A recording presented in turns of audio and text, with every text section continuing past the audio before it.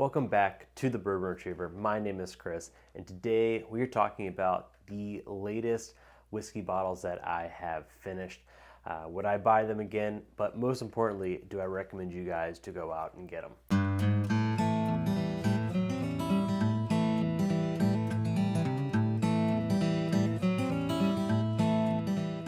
Now, there are two bottles on this list that will be competing for, in my opinion, whiskey of the year this year. Not being a top five, but I think bottles that could be number one. And the first one we're going to be talking about is the Old Forester President's Choice Barrel Proof Ryes. These are some of the best ryes that I have ever had. If you can, try and get your hands on some of these first batches that are coming out. I guess some of these first single barrels that are coming out. I think that these are probably going to be some of the best barrels that they probably put out in this program. Typically, these distillers, when they launch a new brand, they try and put the best barrels as they can to build up hype for that brand. And then traditionally over time, the batches and single barrels get a little less good quality. Like, just think about the Old Forester President's Choice bourbons. Those used to release only a couple times a year. Now there's a dime a dozen. They're all over the place. Now these bottles are rather expensive. They're somewhere around $200 for this bottle. It's not cheap by any measure. But I think these are phenomenal. I've had 4 or 5 of them now, and they all, I think, are worthy at $200, and a couple of them I think are well worth above that. So definitely, if you can, try and get one of these this year. Now, coming in next is a bottle that I don't think you can find anymore, but it is probably one of my favorite bottles on this list, and it is a Lucky 7, the Proprietor. This was a 14-year. These went up to, I think, maybe 15 years old, but this is an old bottle now. I think this came out maybe 3 years ago at this point, and I have not seen any of these come on the market, I think, maybe in the last year and a half, maybe 2 years. These, I think, are a lost, gone release. I don't think we're going to see them again. I think that lot of single barrels is gone. This was some really good sourced Barton juice, and for the price at the time, I thought it was a lot of money. It was $200, but with how much source Barton is costing today, like those 18-year-old Barton barrels are like $500 bottles, which is a little absurd. But looking back on it, to be able to get a 14-year-old for $200, that was a great value at these barrel-proof single barrels. I wish I bought more of them. I was milking this one as long as I could, but at the end of the day, it was time for it to go. Now, sadly, I do not have any more of these left. I don't have any of this bunkered, but what I always try and tell myself is that there will always be more whiskey. And if you watch any of the press releases, it feels like every week there's a new bourbon label coming out. So I'm sure eventually I'll find one that will be able to replace this bottle. But before we move on to the next bottle on this list, if you're enjoying this content, hit that subscribe button. That way you do not miss any future videos that I post. I got a couple good ones coming up. I have my latest bottle haul. There are some killer bottles in that. I'm talking about some new releases that are coming out. There are a ton of bottles coming out this fall, all the major LEs, plus a couple of cool ones coming out in the following year that have been announced. You're not going to want to miss that because there are some great bottles on that list. In addition, mark your calendars for October 1st. I am doing my first live stream in a very long time to celebrate you guys for cracking 5,000 subs. Thank you guys for watching and joining along. I could not do this without you guys. I really appreciate the feedback and support you guys give. It has been a great journey, and I can't wait to celebrate with you guys. Now, coming in next is a bottle that I will always replace when it is empty, no matter what, and it is the Wild Turkey Rare Breed. This is the best value for quality, for price point, everything, well-rounded drinking experience that there is on the whiskey market. If you do not own any bourbon, this is the one to buy. Even if you own a bunch of bourbon and for some reason you do not own this one, this is 100% the one to get. You're looking at like a $50 bottle for, I think it's an 8, 10, and 12-year-old blended product, coming in at 116 proof, I believe. Yep, that's right. It is just really hard to beat. You get a nice, complex drinking experience. You get the oak, you get the spice, you get the fruit notes. There really is not much you can complain about this bottle. It's just nice, well-rounded, great price point, beats bottles well above its tier. This is the bottle that I am most constantly killing and replacing. It is my go-to pour, but at the end of the day, it's just a hard bottle to beat and one that I will always have on my shelf. Now this next one is another one that I think the run on it is over. They might be bringing it back, but not with the same lots that they had in the past, and it is the Hirsch single barrel double barrel. Now this confused me at first when I first heard about it, but basically they blend two different mash bills together and then put it in a single barrel to finish, and then that ends up becoming a single barrel. If you do not know the history on these bottles, they were all blends that you did with Hirsch, and you took Willet sourced here, which is always like roughly like 92 to 90. I think you maybe got up to like 97, 6. I forget exactly how high, but most of them are like 95%. But it's 95% Willet and then 5% of a younger product, 30-year-old product. But these are fantastic whiskey. I feel like you could blind this with people with a Willet purple top that is about 8 years old, and they would not be able to pick out which one is the Willet. That double barreling adds a little bit more oak to it, and these are killer bottles for, I think that they're roughly $120, or that's what they were when they were coming out, and they're absolutely phenomenal. I do have a backup, thank goodness. I am absolutely in love with this bottle. I wish I bought more of them, because to me it's a value at Willet. These Willet bottles, even the 8 years, you're looking at like $300, $250 or something, which to me is silly. Like, that is a lot of money to be spending for an 8-year-old product. And you're getting basically, in my opinion, the same quality for a fraction of the cost. So I do like myself some Willet purple tops. I just don't think they are worth the price. So when I can find that same taste and quality at a cheaper price point, count me in. These were killer bottles, and I hope Hirsch brings back bottles similar to this. Next, we're going to talk about my first Blanton straight from the barrel. I cannot tell you how excited I was opening this bottle and trying it. However, it did not quite lead up to expectations. I was rather underwhelmed with this single barrel.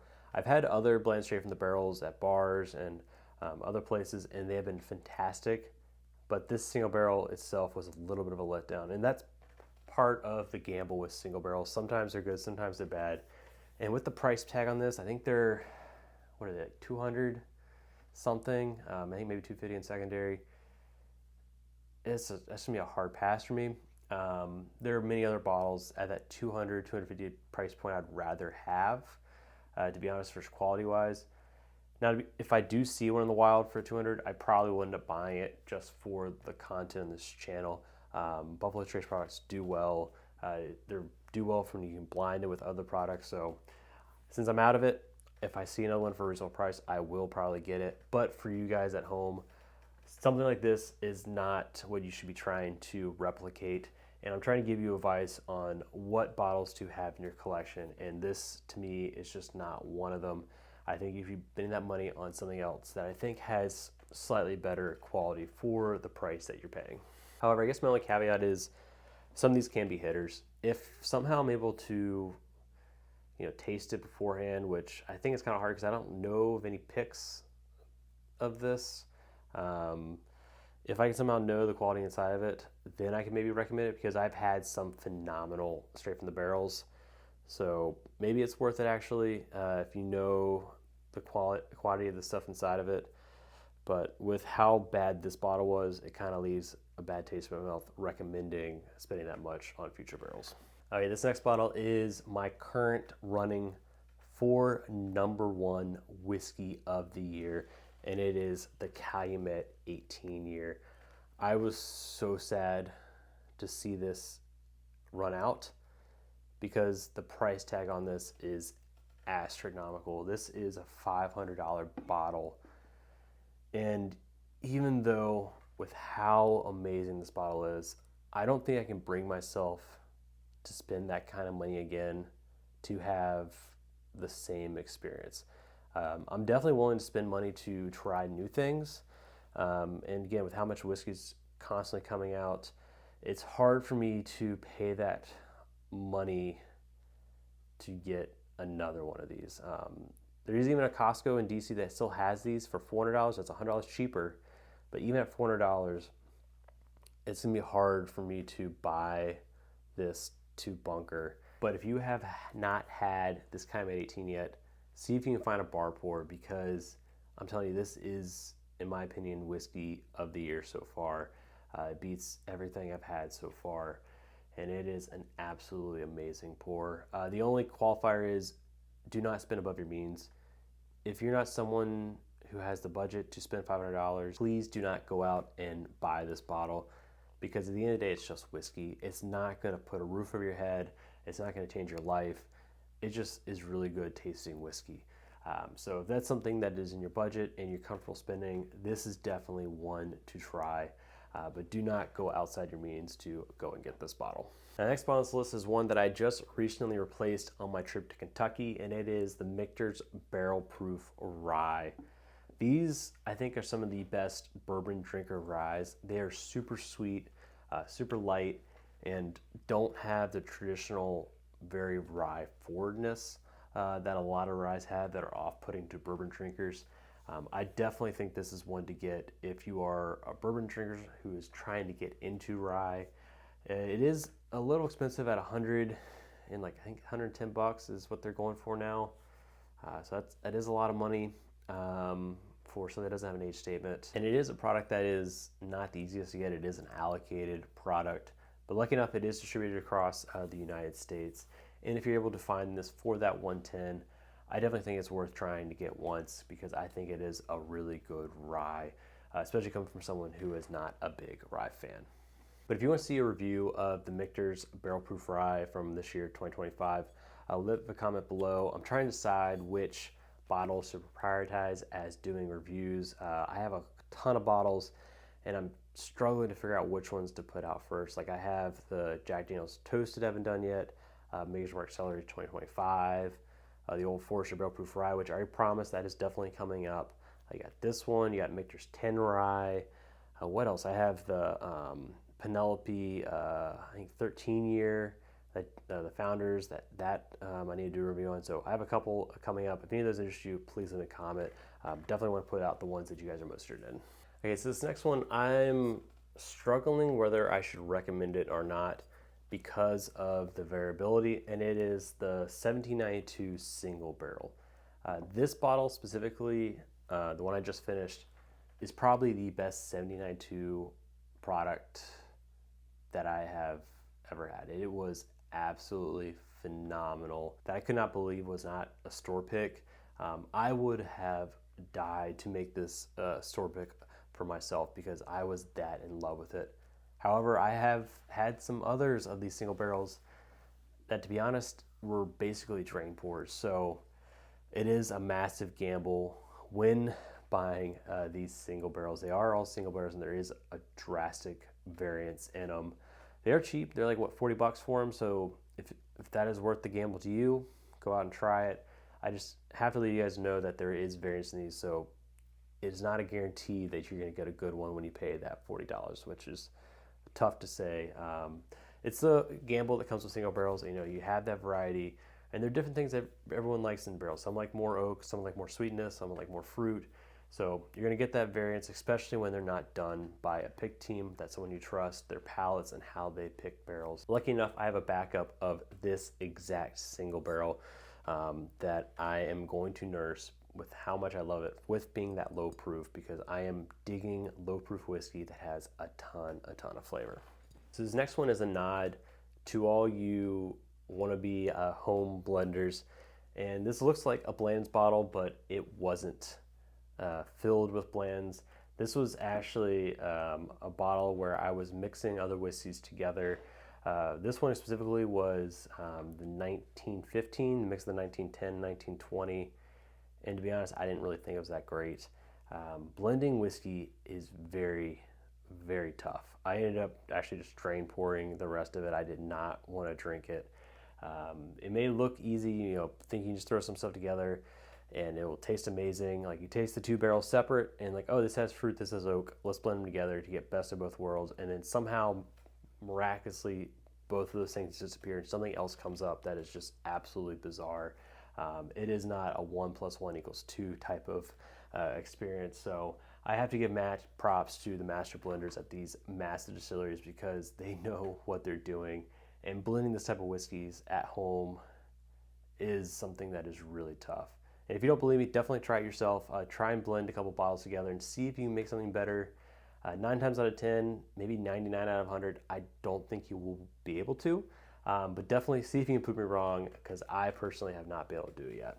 But if you do, leave a comment below on what that blend is, because I'm willing to give it a shot. I'm always willing to try something once, and maybe you guys out there have struck gold in something. The next one on this list is a warning to people to be wary when you see, ultimate list videos.